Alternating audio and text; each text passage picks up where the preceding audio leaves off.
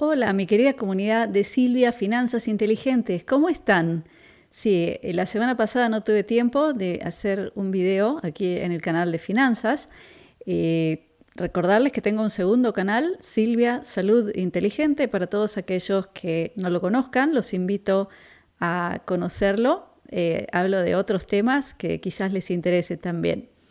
Pero bueno, también decirles honestamente que el panorama económico mundial es tan catastrófico en este momento que a veces uno siente impotencia al decir de qué voy a hablar hoy, porque es como que todo lo que uno puede hablar tiene una connotación negativa, pero no podemos escapar de eso. Las cosas van a empeorar solamente. Siento mucho decir esto, no quiero ser catastrofista, pero tenemos que ser realistas. Estamos en un momento antes de grandes desastres en todos los países a nivel financiero, a nivel, por ejemplo, también de derechos, de cambios de leyes sobre la propiedad, etcétera.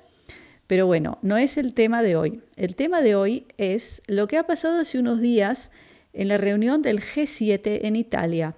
Algunos de ustedes deben saber que estos últimos días se realizó un encuentro del G7, que son los países más avanzados económicamente en el mundo, pero también estaban presentes muchos otros presidentes que no son el G7 en sí. Por ejemplo, el presidente de Argentina estaba ahí, estaba también el Papa hablando de temas muy interesantes. Voy a hablar de eso en otro video. Pero, ¿qué es lo que a mí me llamó más la atención? Que ahí es donde yo me di cuenta de algo que por eso puse este título a este video, un título bastante fuerte, ¿no es cierto? Pero a veces no puedo evitarlo, no puedo evitar ser sincera y decirles lo que siento, porque cuando empecé a investigar este tema sentí asco, ni más ni menos. Les cuento, resulta que se acaba de aprobar, o sea, en esta reunión del G7, que se va a otorgar un préstamo de 50.000 millones de dólares a Ucrania, que va a proceder ¿de dónde? Va a proceder de los fondos confiscados y congelados de Rusia. ¿Se acuerdan que cuando comienza la invasión de Rusia a Ucrania, inmediatamente después comenzaron Estados Unidos y los aliados a efectuar diferentes sanciones? Lo más importante fue en el tema económico. Primero, que se los desconectó del sistema SWIFT, que es el sistema que permite transacciones internacionales, y paralelamente se congelaron bienes de Rusia en un total de 300.000 millones de dólares. Esos activos pueden ser dinero, bonos, etcétera, que estaban depositados en el occidente, es decir, en Estados Unidos y Europa. Y hasta la secretaria del Tesoro, Janet Yellen, declaró que eso era ilegal. Ella misma lo dijo, no que ella sea una santa, ¿no? Entre paréntesis. Pero fíjense que si hasta Janet Yellen dice que es un acto ilegal, entonces nos damos cuenta que debe serlo, ¿no es cierto? Pero no solo eso, sino que ahora no solo están congelados, sino que los van a utilizar para prestar dinero a Ucrania. Y ese dinero en parte va a ir, como ya hemos visto en estos últimos años, a compras de armamentos, que ya sabemos que esos armamentos los compran de empresas norteamericanas, que son empresas privadas con accionistas, y que muchos de esos accionistas son políticos del Congreso y Senado norteamericano. Así que ustedes junten los cabos. Yo no creo que a esta altura del partido yo tengo que explicarles todo, ¿no es cierto? Pero bueno, el punto más interesante aquí, cuando yo me puse a investigar el tema, es algo que quizás a ustedes se les escapó estos últimos 2, 3 años, y es que entre todos esos bienes confiscados, que son dinero, activos que pueden ser acciones, bonos, etcétera, hay muchísimos de ciudadanos rusos. O sea, no es que han confiscado dinero de Putin, si lo consideran a Putin el loco, el tirano, el invasor, ¿sí? Al cual se quiere castigar, ¿no es cierto? Es un gobierno que está tomando decisiones, pero no, lo que hicieron fue confiscar 300.000 millones de dólares, entre ellos muchísimo dinero de ciudadanos que no han hecho absolutamente nada. Es más, haciendo esta investigación he leído que se puede saber exactamente a quién pertenece cada monto de dinero, o sea, está todo identificado. ¿Por qué? Porque ¿cómo se hace esto? Por ejemplo, un ciudadano ruso que quería tener su capital diversificado y en parte lo quiso poner, digamos, en Estados Unidos y abrió una cuenta en un broker de Estados Unidos y dio su pasaporte ruso y envió dinero, digamos que envió 10 millones de dólares. A ese ciudadano ruso se le congela y se le confisca el dinero. O sea, una persona totalmente inocente que no ha hecho nada, que quizás hasta no apoya lo que está haciendo su gobierno, le han confiscado el dinero y así a miles y miles y miles de ciudadanos rusos. Entonces, permítanme leerles uno de los artículos, está lleno de artículos sobre este tema estos días en todos los idiomas. Yo les leo una parte que dice cómo funcionaría el plan de ese préstamo de los activos congelados de Rusia. Dice, ¿de dónde vendría el dinero? La mayor parte del dinero tomaría la forma de un préstamo garantizado en su mayor parte por el gobierno de Estados Unidos, respaldados por ganancias obtenidas de aproximadamente 260.000 millones de dólares en activos rusos inmovilizados. La gran mayoría de ese dinero se encuentra en países de la Unión Europea. Bueno, ahí tenemos otro dato interesante. Es decir, Estados Unidos decide algo, pero los activos están congelados en Europa.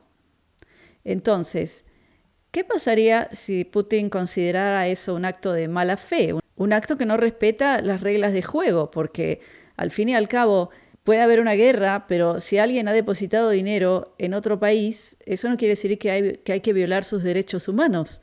Entonces, si Putin considerara eso una especie de traición de todos los países que están tomando parte, eso también ensuciaría a los países europeos que tienen esos activos en todas sus entidades financieras.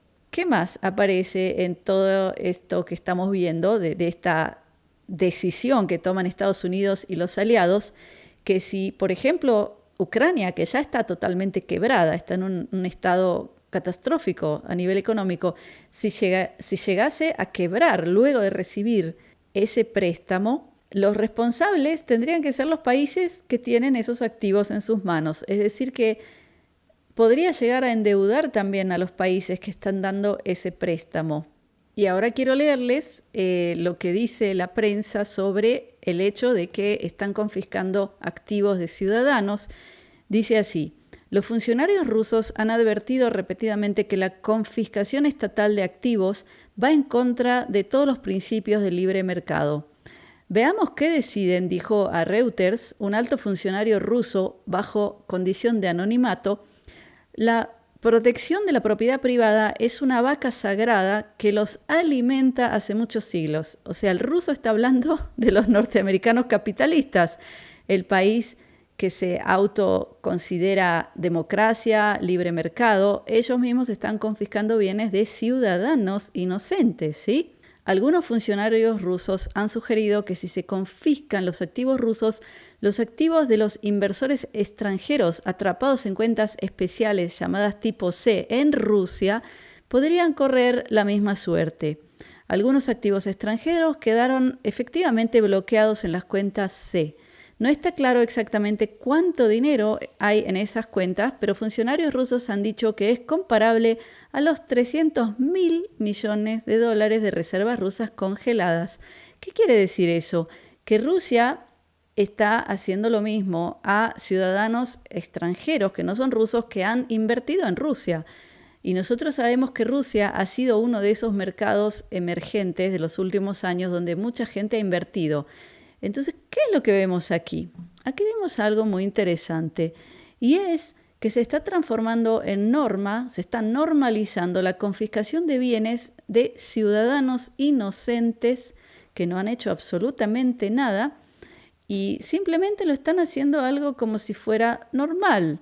Simplemente lo están transformando en algo legítimo.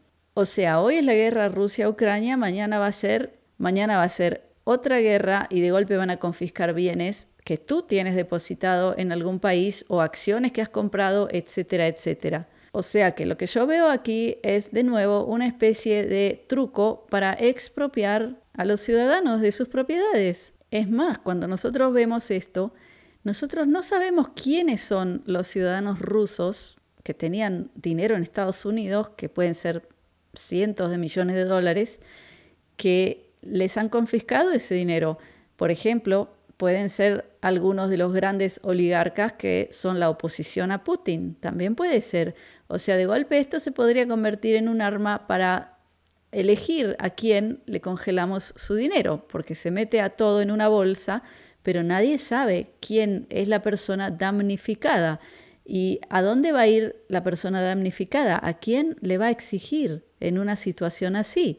Que, por ejemplo, tú eres un ciudadano ruso que tenía muchos ahorros en Estados Unidos y de golpe Biden decide congelarlos. ¿A quién vas a quejarte? No hay quien te ayude en ese caso. Entonces vemos que este podría ser un maravilloso truco, entre muchas comillas, también para ir expropiando a la gente.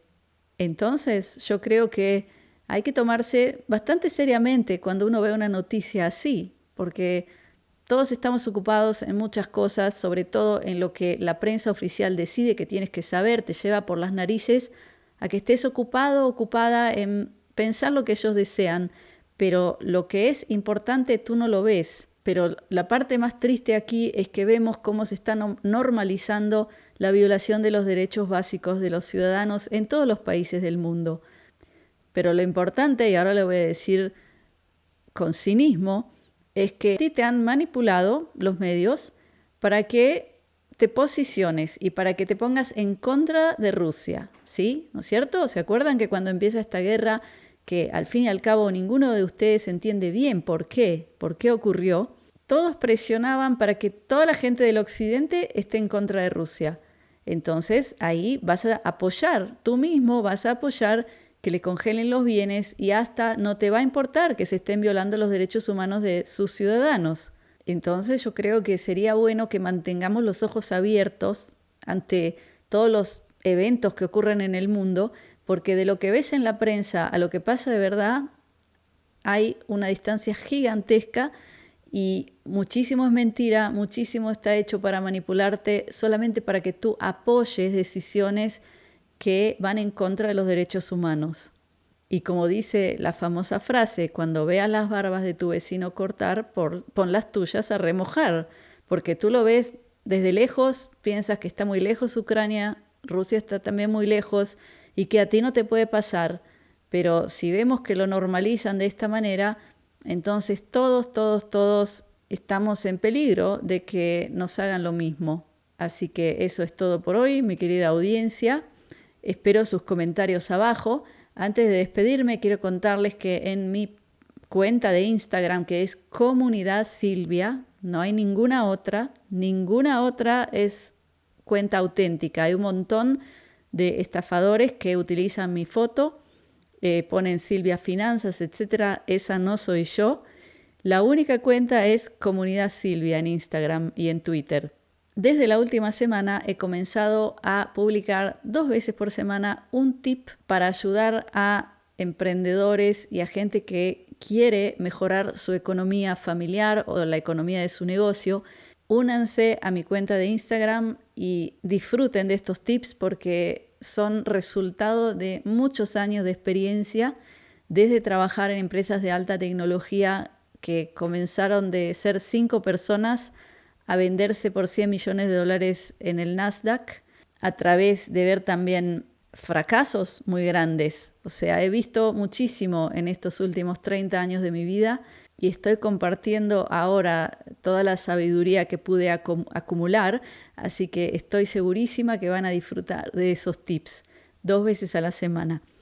Fuera de eso, invitarlos como siempre a unirse a mi comunidad privada, comunidadsilvia.com, donde hago transmisiones en vivo y en directo y hablo de estos temas, que son temas candentes, temas importantísimos, porque estamos en una época clave, que el que no entienda bien lo que está pasando puede sufrir de expropiaciones, puede sufrir de perder todo lo que tiene. Y yo estoy trabajando mucho para ver cómo podemos surfear estas situaciones. Y eso lo hablo con libertad de expresión en mi comunidad privada. Entonces los invito a unirse. Les dejo abajo el enlace. Y nada más por hoy. Los dejo con mi bendición, mi brajá de briut, que es salud, de shalom, que es paz, de Ahavá, que es amor, y Shefa Shel Dvarim Tovim, que es multiplicidad de cosas buenas. Gracias por estar conmigo. Nos vemos pronto.